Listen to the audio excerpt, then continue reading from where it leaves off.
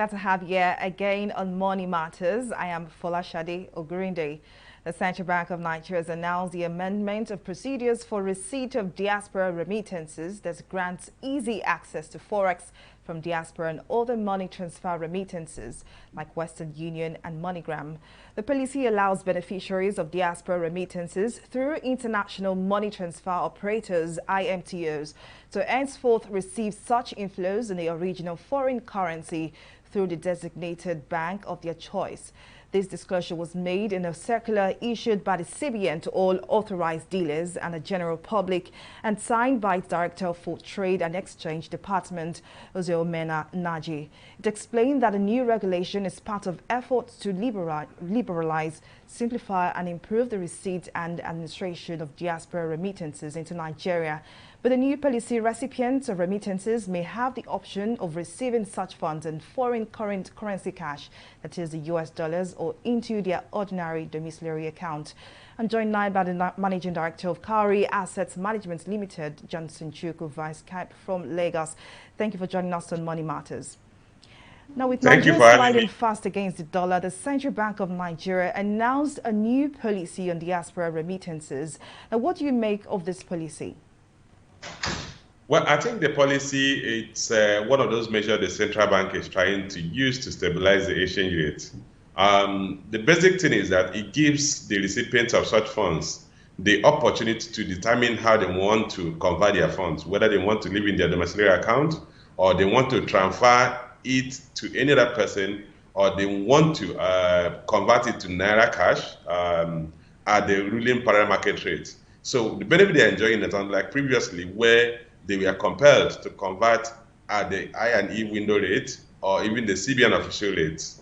Now they have the latitude to convert at the parallel market rate, which will give them more Naira and therefore will inject more dollar liquidity into the parallel market rate.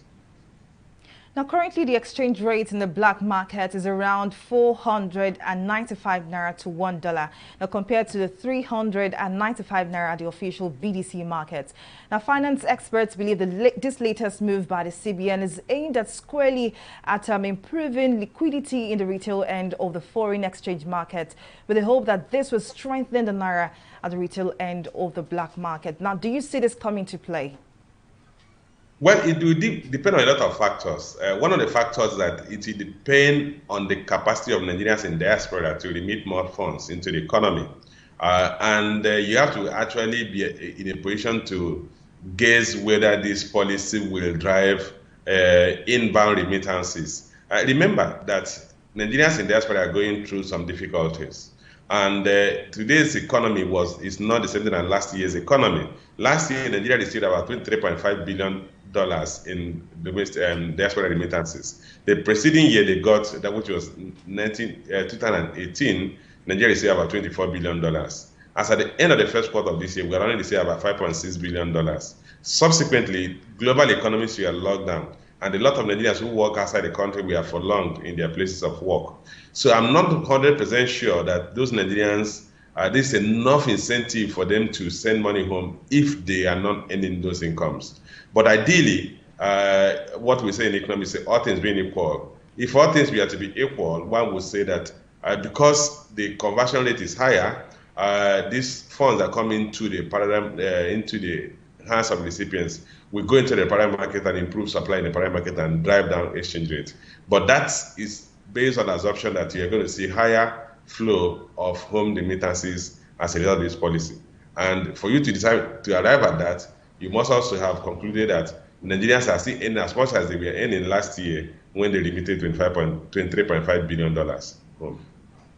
At the announcement of this new policy by the Central Bank of Nigeria, there was a new twist. According to a report by Nairametrics, CBN Director of Trade and Exchange, Remittancesand, earlier this year condemned foreign money transfers when the CBN said it was investigating remittances in diaspora between January 2016 and December 2019. Now, here is what she said.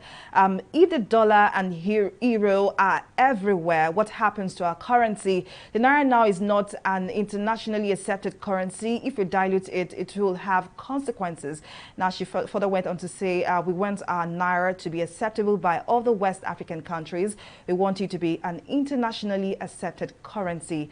Now, how do you see this playing out if the result of this new policy mirrors INAJ's original concern? Well, your question is obviously pointing towards that would this lead to dollarization of the economy? I don't think so.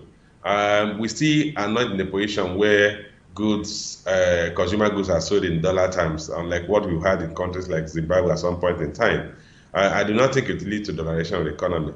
But on the second aspect of your question of making the Nigerian currency acceptable currency in other countries in Africa, particularly West African countries. It used to be, I mean, there was a time when you go to a place like Benin Republic, Togo, Ghana, you can reasonably convert Naira to their currencies. But what has happened that for your currency to enjoy that level of acceptance outside your country of origin or outside where it is issued, you must have some level of stability in the exchange rate. Unfortunately, we've seen continuous and persistent depreciation of the currency in the past couple of years, which puts a question mark on the capacity of the currency to buy the same quantity of goods and services you used to buy. And once you don't have that, the currency loses one of the critical value, attributes of the currency and therefore cannot serve as a store of value. And if a currency is no longer serving as a store of value, the nationals of other countries who are going to accept that currency as a matter of discretion will not likely want to keep that currency. Now, of course, we've seen that this policy was as a result of FG's plan to make Nigeria exit recession as soon as possible. As a matter of fact, there have been predictions that by the first quarter of 2021, Nigeria might exit the recession. Now, with this new policy, do you see this happening? Well, I don't think the policy has anything to do with exiting recession.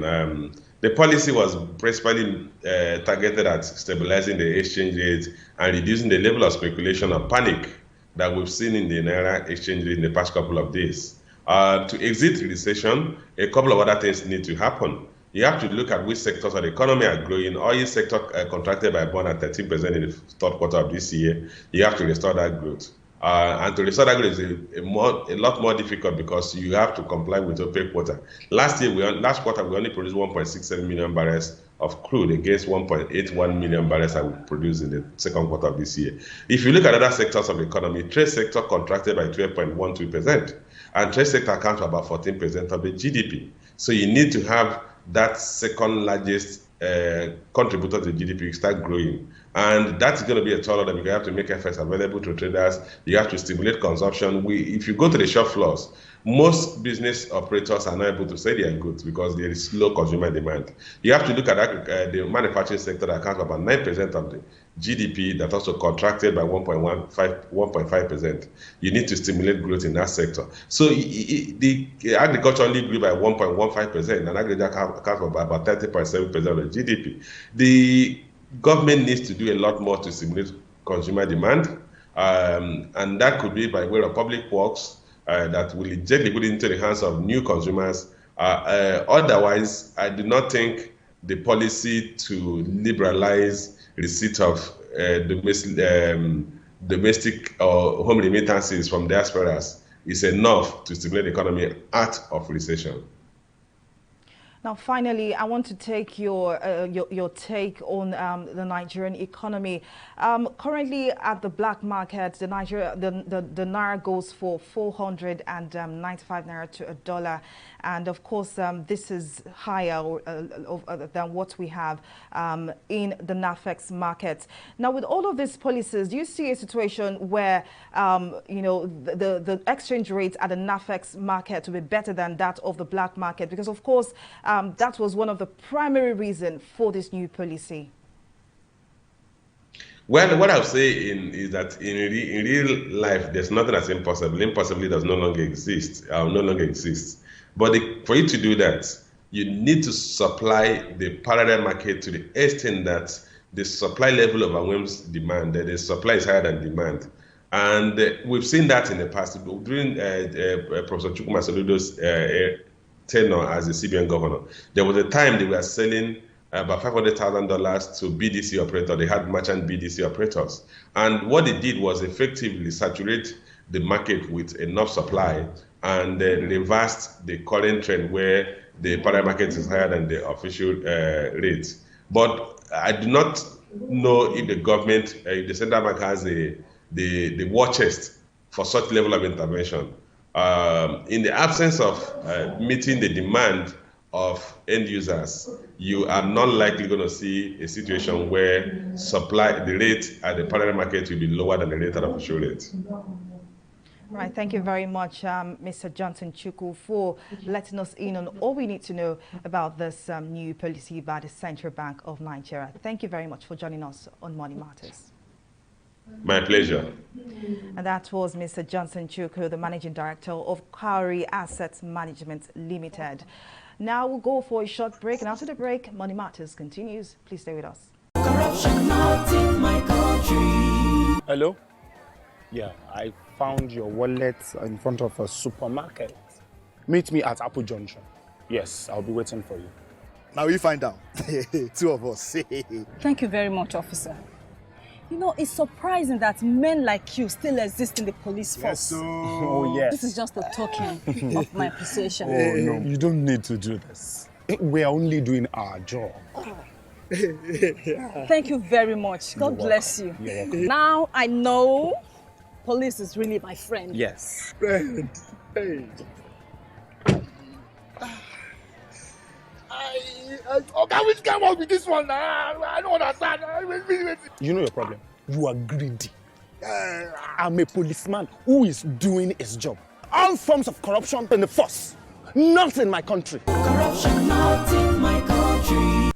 Welcome back. As Nigeria slides into another recession amid negative economic growth and high inflation rates, the federal government and relevant stakeholders have swung into action to revive the economy and ensure recession exits by fourth quarter of 2021. This next report tells us more. In a bid to revitalize the Nigerian economy, which slipped into a recession at the third quarter of 2020 after 2 consecutive negative growths, federal government has expressed optimism that the economy will recover and exit recession by the first quarter of 2021.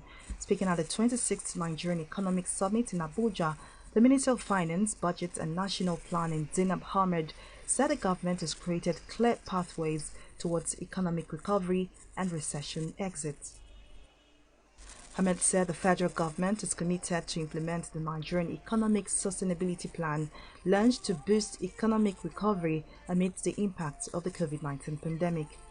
At this juncture, let me also state that this administration is fully aware of the current economic situation and is working round the clock to reverse the trend and restore the economy on the path of sustainable, inclusive growth. To achieve this, government had developed an economic sustainability plan to cushion the effect of the COVID-19 pandemic and is already vigorously implementing these policies that are aimed at stabilizing the economy. The principles behind the ESP is 1, taking action to stimulate the economy by preventing business collapse through ensuring liquidity. 2, retaining and creating jobs through support to labor-intensive sectors such as agriculture and direct labor interventions. 3, undertaking growth-enhancing and job-creating infrastructure investments in roads, rails, bridges, solar power, as well as communications technologies. 4, promoting manufacturing and local production at all levels and advocating the use of made in Nigeria goods and services, as well as creating job opportunities. 5, achieving self-sufficiency in critical sectors of our economy and curbing unnecessary demand for foreign exchange, which puts pressure on the exchange rate. And 6, extending protection to the very poor and vulnerable groups, including women, persons living with disabilities, through proper spending. Meanwhile, Governor of the Central Bank of Nigeria, Godwin Emefiele, while speaking at the 55th Chartered Institute of Bankers of Nigeria, DINA, in Lagos, said there is no cause for panic. Emefiele stressed that with the rising rate of inflation and the recession, focus would be on developing the finance initiatives of the CBN as well as increasing support for cultivation of local produce in Nigeria. Emphasis will be placed on strengthening the development finance initiatives of the Central Bank of Nigeria, working with close collaboration with our banks in order to stimulate greater production and reduce unemployment in our country. We intend to increase our support for measures that will aid improved cultivation of local produce in Nigeria, with particular emphasis on improving our yield levels as food inflation continues to remain. For most Nigerians, despite assurances of a better economy, reality continues to bite hard with a depreciation of the naira against the dollar, high cost of living, and increasing job losses. And now I'm joined by finance expert and economist Paul Alaje, who joins me via Skype from Lagos. Thank you, Mr. Alaje, for joining us on Money Matters. Now let's talk about federal government's plan towards economic recovery and the recession. The Minister of Finance, Budgets and National Planning, Zainab Ahmed, spoke about the implementation of the Nigerian Economic Sustainability Plan, that's NESP, which includes the 2.3 trillion naira launched on September 2020 for small businesses in order to cushion the effects of the COVID-19 pandemic and, by extension, the recession. Now, do you see these cash donations making any real impact in the economy? Well, any cash you put in the economy right now, we provide some sort of cushion effect for the population, in this case for Nigerians, particularly small businesses. Now, the economic at large will require more than handouts and also small support that government is providing today. The truth is, none of this support that government is providing can sufficiently solve what the problem is. Nigerian economy seems to have fundamental problems, and I mean fundamental problems with this economic structure. Something so very important about this economy today. No secret that one of the major shortfalls of the Nigerian economy growth is over-dependence on oil. Now, add the issue of insecurity, especially for farmers, and what you have is a weak economy. Now, what must the government do beyond cash injections to guarantee that this recession doesn't exceed the first quarter of 2021 as projected? Okay, so I'll give you numbers, and I like to work with countries who have taken some decisions to take their economy away from where the remaining part of the world is. China, where the pandemic started from, actually have reduced its unemployment and has also grown its economy. It's also not in recession. But Nigeria, who has been impacted or affected by the pandemic, and also by extension, global oil prices, which have negative effect on the economy, which have a negative effect on our economy, is in recession, and beyond the recession, unemployment figures have increased significantly. So what should we do? What we should do is to transform our economy away from crude oil.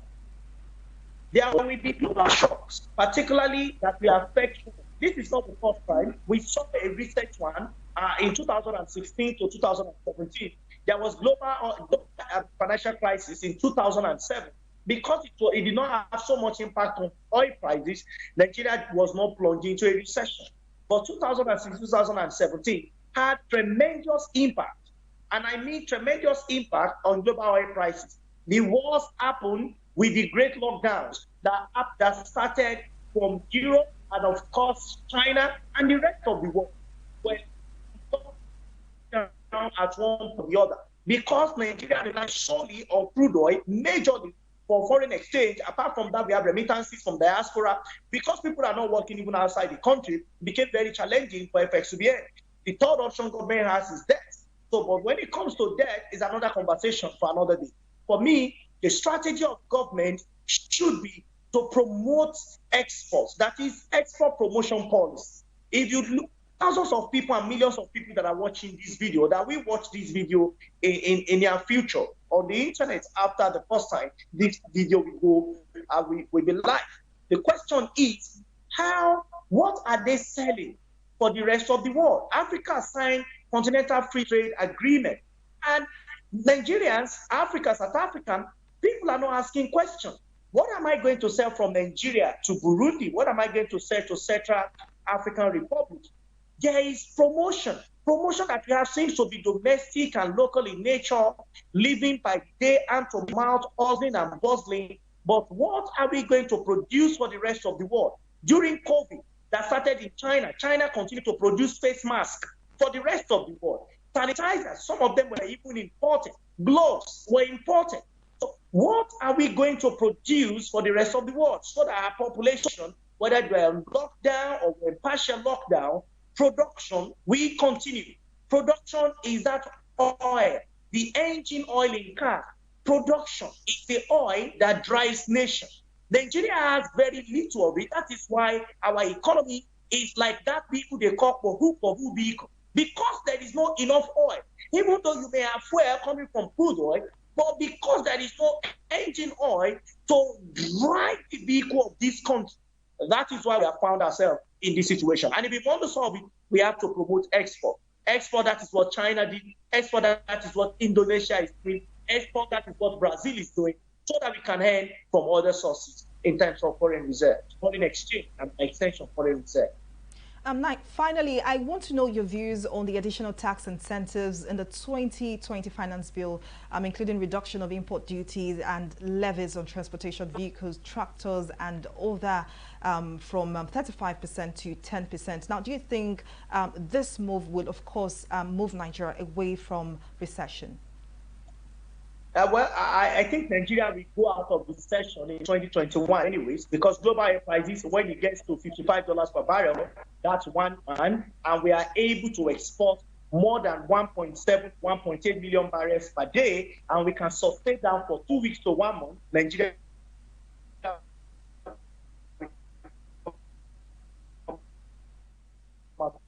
recession. And there's something going for them by the day. 2016, Nigeria did not come out of recession because of 500 billion naira government pump into the economy. When you look at the unemployment figures, it increased. When you look at poverty figures, it increased. When you look at inflation figures, it also increased. So do we say that the 500 billion pump into the economy by government had that impact?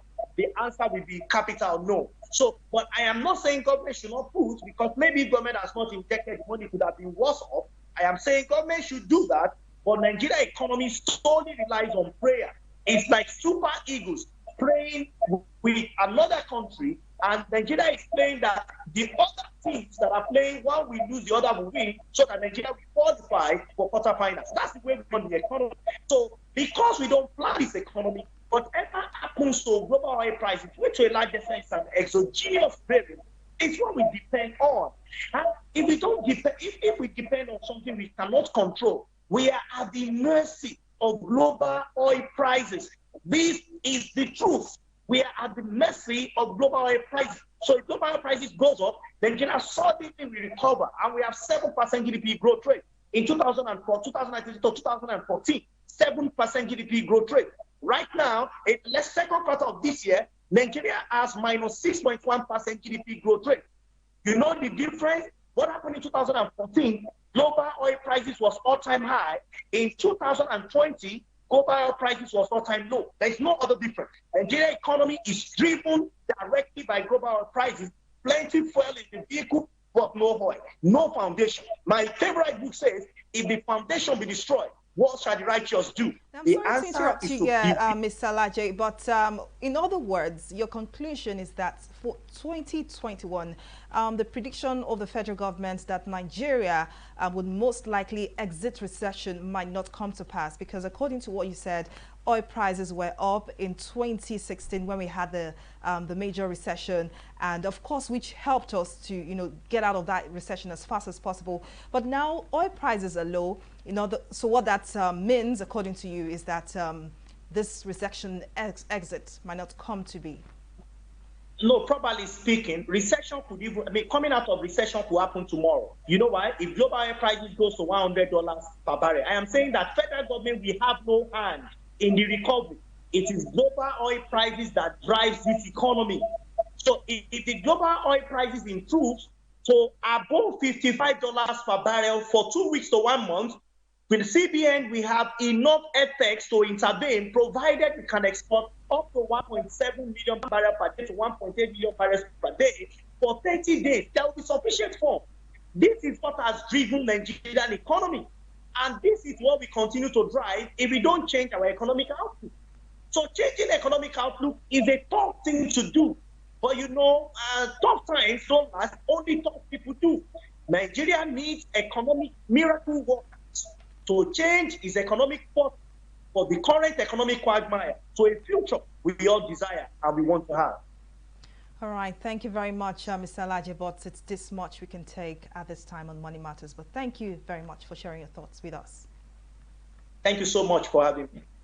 But that was Paul Alaje, finance expert and economist, talking to us on FG's plans on recession exits. And it's a wrap on the program. Thank you for watching and bye for now.